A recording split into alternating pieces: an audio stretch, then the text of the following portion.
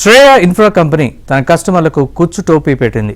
అధిక వడ్డీల ఆశ చూపి దేశవ్యాప్తంగా వందల కోట్ల రూపాయల డిపాజిట్లు సేకరించింది. కంపెనీ నిర్వాహకులు చివరికి చేతులెత్తేశారు. బాధితులు లబోదిబోమంటున్న వైనంపై ఏబిఎన్ స్పాట్లైట్.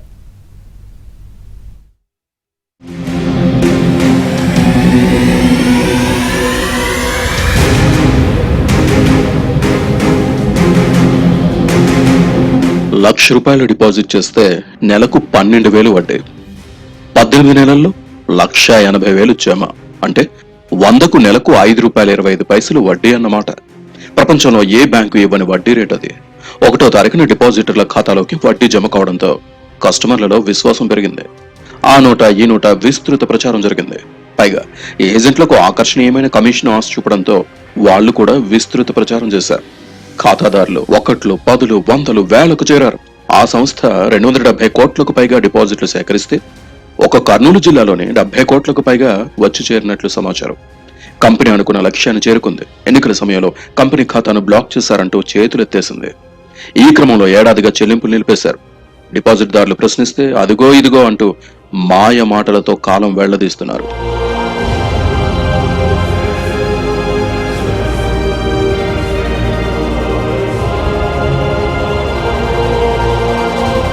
నాగిరెడ్డి వెంకట సుబ్బారెడ్డి అనే వ్యక్తి ఫిర్యాదు చేయడంతో కర్నూలు 3 టౌన్ పోలీస్ స్టేషన్లో కేసు నమోదైంది. Shreya infra marketing private limited పేరుతో 100 కోట్ల డిపాజిట్ సేకరించిన ఘరానా మోసం బయటపడింది. ఉత్తరప్రదేశ్ రాజధాని లక్నో నగరంలోని shop number 69A-1/4 Vivek Khan Gomti Nagar address పేరుతో ఆ సంస్థను 2020 డిసెంబర్ 24న స్థాపించారు.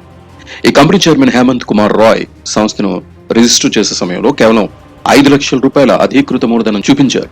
రియల్ ఎస్టేట్ వ్యాపారాలు చేస్తున్నామని, తమ సంస్థలో పెట్టుబడులు పెడితే ఏడాది తిరగకుండానే అది రెట్టింపు అవుతుందని అమాయక జనానికి ఆశలు కల్పించారు.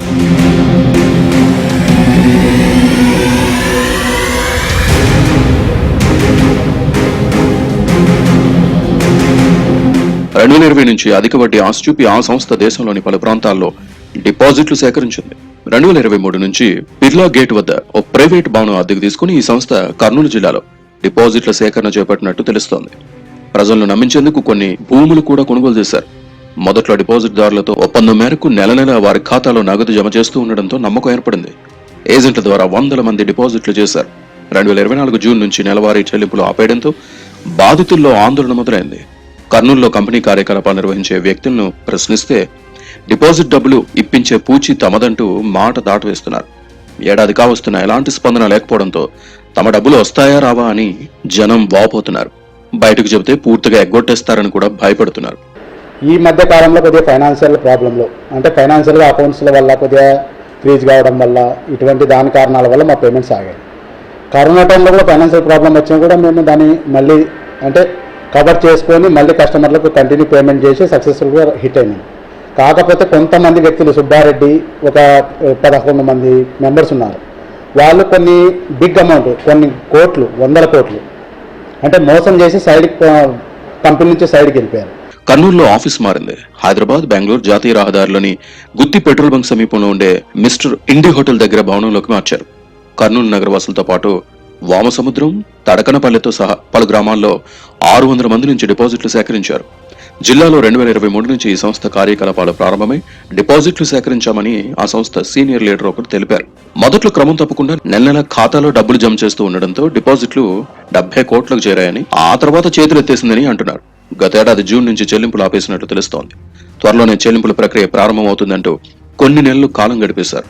ఖాతాదారుల నుంచి ఒత్తిడి పెరగడంతో వడ్డీ లేకుండా డిపాజిట్ డబ్బులు మాత్రమే చెల్లిస్తామంటూ సమాధానం చెబుతున్నారని, ఆ డబ్బైనా ఇవ్వండి అని వినతి పత్రాలు ఇచ్చి నెలలు గడుస్తున్నా ఇవ్వడం లేదని బాధితులు ఆందోళన వ్యక్తం చేస్తున్నారు. 2021 జూన్లో నాతో ఫస్ట్ పేమెంట్ ఇందులో ఇప్పించుకున్నాడు సార్. నేనే కాకుండా నా తరపున నా ఫ్యామిలీ మెంబర్స్ అంతా కలిసి 4.5 కోటి, వాళ్ళ తరపున వేసిన వాళ్ళు అటు ఇటు 18 కోట్లు సార్. మొత్తం కర్నూలులో చుట్టుపక్కల ప్రాంతాలలో 12, ఆంధ్ర తెలంగాణలో 12,000 మంది బాధితులు, మొత్తం త్రూఅవుట్ ఆంధ్రప్రదేశ్లో, త్రూఅవుట్ ఇండియాలో 30,000 మంది బాధితులు ఉన్నారు సార్. మనం ₹1,00,000 ఇస్తే పెట్టుబడి పెడితే వాళ్ళు లక్షకి నెలకు 10,000 కానీ 11,000 కానీ 12,000 కానీ 15 నెలలు 18 నెలలు 20 నెలల లెక్క ఇచ్చుకుంటారు సార్. అంటే లక్షకి లక్ష అట్టా ఒక 3 నెలలు 4 నెలలు వచ్చేసరికి అందరూ మోటివేట్. ఈ మోటివేషన్ కోసము పెద్ద పెద్ద స్టార్ హోటళ్లలో ఫంక్షన్లు పెట్టి గానా భజనలు పార్టీలు మందు పార్టీలు పెట్టి మోటివేషన్ స్పీచ్లు ఇచ్చి ఎదుటి వాళ్ళకి కార్లు ఇవ్వడము గిఫ్ట్లు బైకులు ఇవ్వడము వాటి ద్వారా మనల్ని కూడా వాటి మెస్మరైజ్ చేస్తారు సార్. ఇందులో కర్నూలులో రైతులు మాజీ సైనికులు పోలీస్ డిపార్ట్మెంట్ వాళ్ళు జాయిన్ అయ్యారు సార్. కర్నూలు నుంచి జనవరి టు జూన్ వరకు లంసం 700 కోట్లు డబ్బులు పోయినాయి సార్. ఇంతవరకు ఆ బాధితులకు ఒక్కరికి ₹1 ఇవ్వలేదు సార్. ఇప్పిస్తాం రేపిస్తాం అనే ఆడియోలు వీడియోలు నా దగ్గర అన్నీ ఉన్నాయి సార్. వాళ్ళ వాయిస్ రికార్డ్స్ అన్నీ ఉన్నాయి. కర్నూలు జిల్లాలో ప్రజల నుంచి డిపాజిట్ల సేకరణ కోసం పలువురు ఏజెంట్లను నియమించుకున్నట్టు తెలుస్తోంది. భారీగా డిపాజిట్ల సేకరణ లక్ష్యంగా ఆ సంస్థ బిఎంఐపి ప్లాన్ లో భాగంగా 2024 జూన్ 16 నుంచి జూలై 31 మధ్య బిజినెస్ చేసిన ఏజెంట్లకు ఆకర్షణీయమైన రివార్డులు ప్రకటించారు. 20 లక్షలు బిజినెస్ చేస్తే 90,000 లేదా స్కూటీ రివార్డు ఇస్తామని ప్రకటించారు. 40 లక్షలు వ్యాపారం చేస్తే 2.5 లక్షలు లేదా సమాన విలువైన మోటార్ బైక్, 50 లక్షలు బిజినెస్ చేస్తే 5 లక్షలు లేదా సమాన విలువైన కారు, 70 లక్షలు చేస్తే 8.5 లక్షల నగదు లేదా సమాన విలువైన కారు, కోటి బిజినెస్ చేస్తే 11 లక్షలు లేదా సమాన విలువైన కారు, 1.5 కోటి బిజినెస్ చేస్తే 15 లక్షలు లేదా సమాన విలువైన కారు, 2 కోట్లు బిజినెస్ చేస్తే 20 లక్షలు లేదా సమాన విలువైన లగ్జరీ కారు, 3 కోట్లు బిజినెస్ చేస్తే 27 లక్షల నగదు లేదా అంతే విలువైన కారు లేదా ఫ్లాట్, 5 కోట్లు బిజినెస్ చేస్తే 40 లక్షల నగదు లేదా అంతే విలువైన కారు లేదా ఫ్లాట్ రివార్డుగా ఇస్తామంటూ భారీ ఆఫర్లు పెట్టడంతో పెద్ద సంఖ్యలో డిపాజిట్లు వచ్చి చేరినట్లు సమాచారం. ఆ సంస్థ ఏజెంట్లు డిపాజిట్ దారుల్లో ప్రభుత్వ ఉద్యోగులు, ఉపాధ్యాయులు, కొందరు పోలీసులు కూడా ఉన్నారు. లక్నోకు చెందిన Shreya infra marketing private limited సంస్థ తమ నుంచి డిపాజిట్ సేకరించి డబ్బులు తిరిగి ఇవ్వడం లేదని కర్నూలు నగరం ధనలక్ష్మి నగర్ కు చెందిన Nagireddy Venkata Subbareddy 3 town police station ఫిర్యాదు చేశారు. ఈ విషయాన్ని 3 టౌన్ సీఐ శేషయ్య దృష్టికి తీసుకువెళ్లగా ఎఫ్ఐఆర్ నంబర్ 352/2024 లో వివిధ సెక్షన్ల కింద కేసు నమోదు చేశామని తెలిపారు. ఈ కేసును సిఐడికి బదిలీ చేశామని వెల్లడించారు. మరోవైపు వచ్చే నెల మొదటి వారంలో డబ్బులు చెల్లిస్తామని సంస్థ ప్రతినిధులు హామీ ఇవ్వడంతో జనం డబ్బు కోసం ఎదురు చూస్తున్నారు.